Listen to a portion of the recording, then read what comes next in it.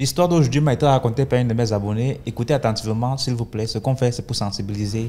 Toujours laisser un like. Likez, s'il vous plaît, ça ne coûte rien. Juste en cliquant sur le pouce bleu là, ça donne la force et puis on aura beaucoup plus d'histoires ici. Si tu veux raconter ton histoire, il y a un numéro à l'écran, c'est le plus 237 655 81 90 17. Envoie ton histoire et on va jouer ici sur YouTube, sur Facebook et sur TikTok. L'histoire d'aujourd'hui, c'est quelqu'un qui est bloqué chez un marabout. Parce qu'on vous demande de ne pas aller n'importe où et n'importe comment, vous ne comprenez pas. Hein? Écoutons l'histoire. Bonjour DMG, bonjour la famille, bonjour à tous. Merci de liker cet audio et merci de partager parce que c'est pour nous édifier tous.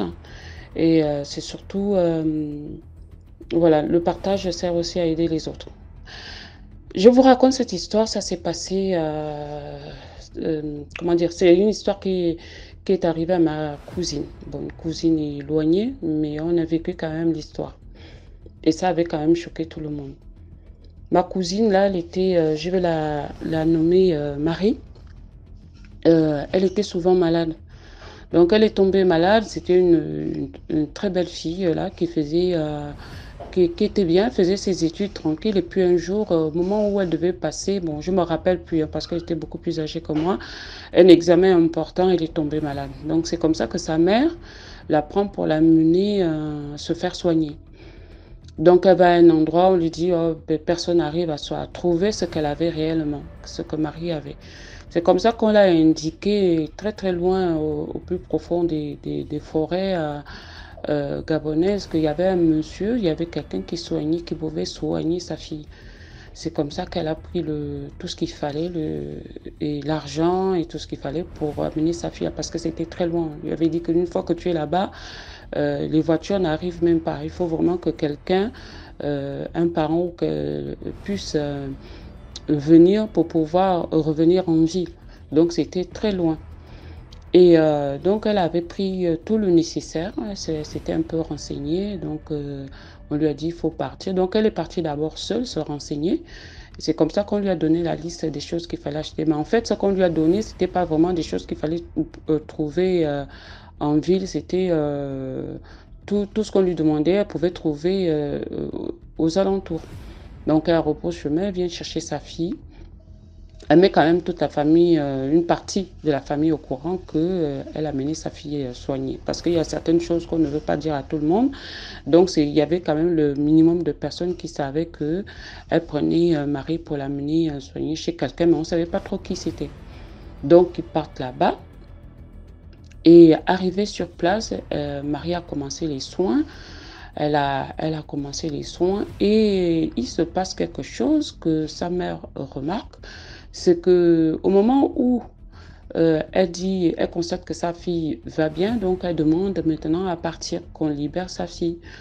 Donc on commence à lui dire oui, il faut payer tant, elle a payé, oh il manque encore un truc à faire et puis sans se rendre compte, en fait, elle se retrouve sur place, coincée avec son enfant parce qu'il fallait toujours ça, il fallait.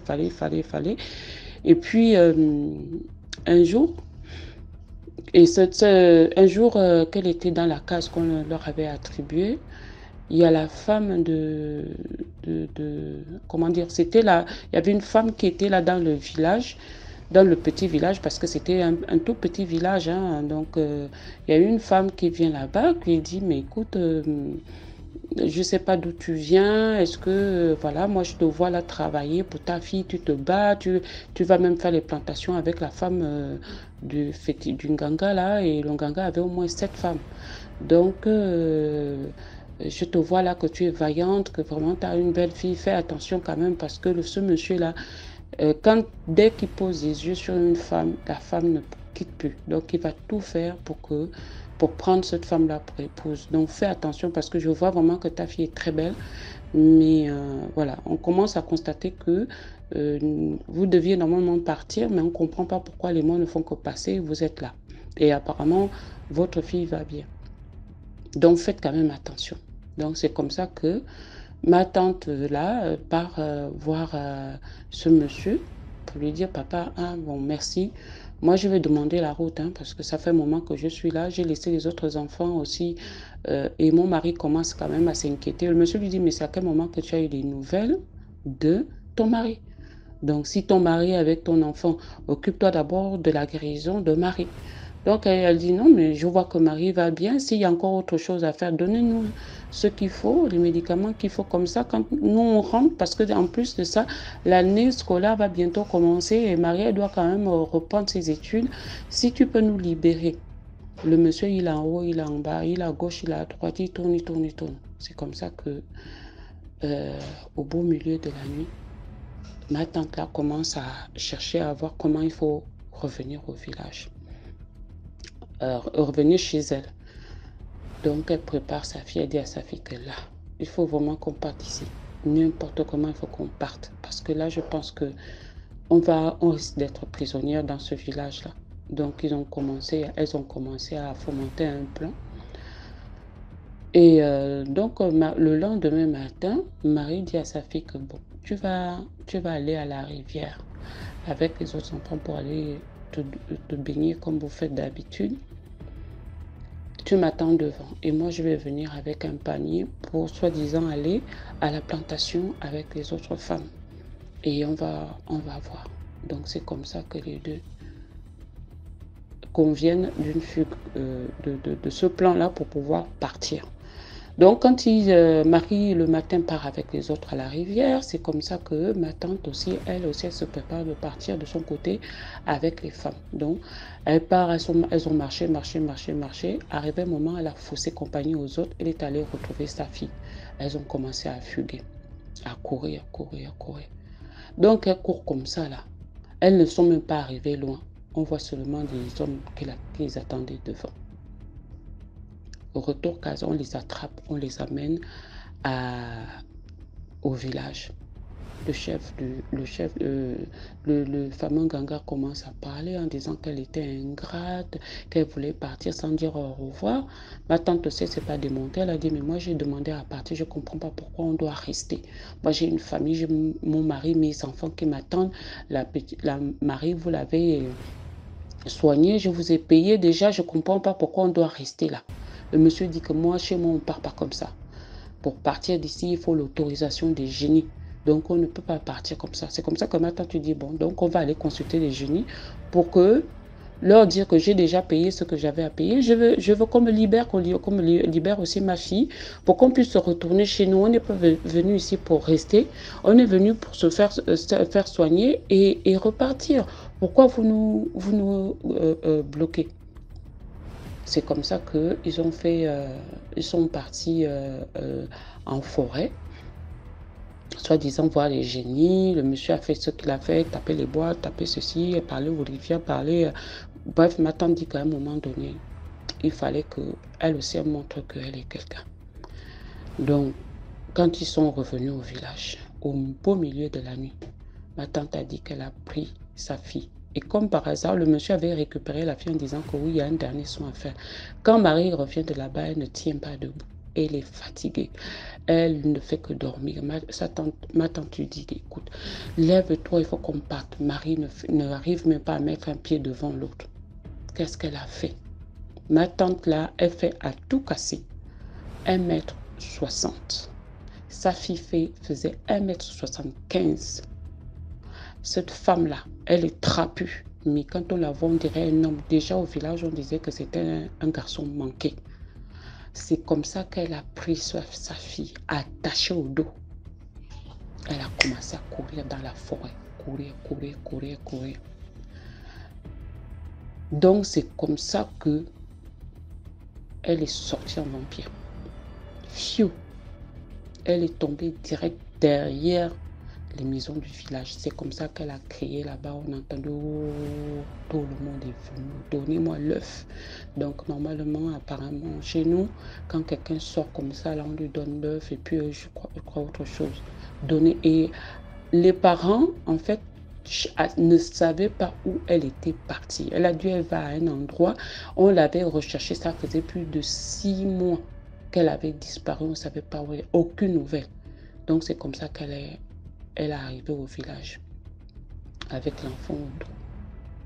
On l'a donné ce qu'il fallait pour calmer ce truc-là qu'elle avait fait déclencher. Parce que pour sortir comme ça, là, pour être projeté d'un lieu à un autre, il faut une puissance plus pour pouvoir le faire. Donc, elle a fait pour sauver sa fille. Elle a dit, si je dois mourir, mais laisser ma fille en vie. Mais vu ce qui s'était passé, donc au village, se sont débrouillés à la ramener en vie, elle et son enfant, à les stabiliser. Et c'est comme ça que Marie, mais depuis ce jour-là, depuis qu'ils avaient fait ça, Marie, quand on la voyait, elle était bizarre. Donc, il y a quelqu'un, un vieux papa du village, qui a dit, bon, ça, c'est rien. On va soigner l'enfant, ça, c'est rien. La maladie qui l'embêtait déjà partie. Mais ce truc-là qu'on lui a donné là, on va lui donner quelque chose pour qu'elle vomisse, pour qu'elle redevienne normale. Et puis bon, c'est comme ça qu'ils ont tout fait. Marie, après, elle a eu son examen. Je crois qu'au jour d'aujourd'hui, elle doit vivre du côté des États-Unis parce qu'il fallait partir. Donc, elle a quitté parce qu'après, on a su que sa maladie venait quand même de la famille. Donc, elle a dû faire un concours et elle est partie.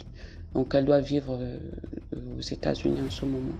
Voilà. Donc, je raconte cette histoire-là par rapport au fait que des fois, quand on va voir des gens qui peuvent nous faire du bien, soigner et tout, le mieux, c'est de partir en groupe, pas en petit nombre. Si vous partez deux, il faut associer une troisième, quatrième personne qui peut faire en sorte qu'on vous dépose et puis on repart au village. Et puis après, tout le monde sait que vous êtes au tel ou tel endroit. Bon, si on veut garder la chose secrète, il faut savoir communiquer avec les autres pour dire que je suis à tel endroit pour éviter, parce qu'il y a eu des disparitions comme ça. Il y a des personnes qui sont parties pour se faire soigner, qu'on a gardé en otage et qui sont devenues des femmes, des féticheurs. Et puis une belle femme qui était bien devient maintenant une vieille maman, on ne sait pas par quel procédé, parce que ces gens-là prennent normalement, viennent puiser leur puissance dans les étoiles des autres. Donc, ils volent normalement les étoiles des personnes qui viennent faire des soins chez eux. Donc, faisons vraiment attention. Il y a beaucoup de personnes qui soignent, mais il y a d'autres aussi qui sont vraiment des vrais vampires. Donc, il faut vraiment faire attention. Que Dieu vous bénisse. Faire des soins chez eux.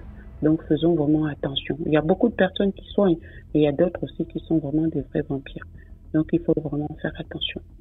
Que Dieu vous bénisse. Voilà. Merci beaucoup pour l'histoire. Et qu'est-ce que vous pensez? Dites ça en commentaire.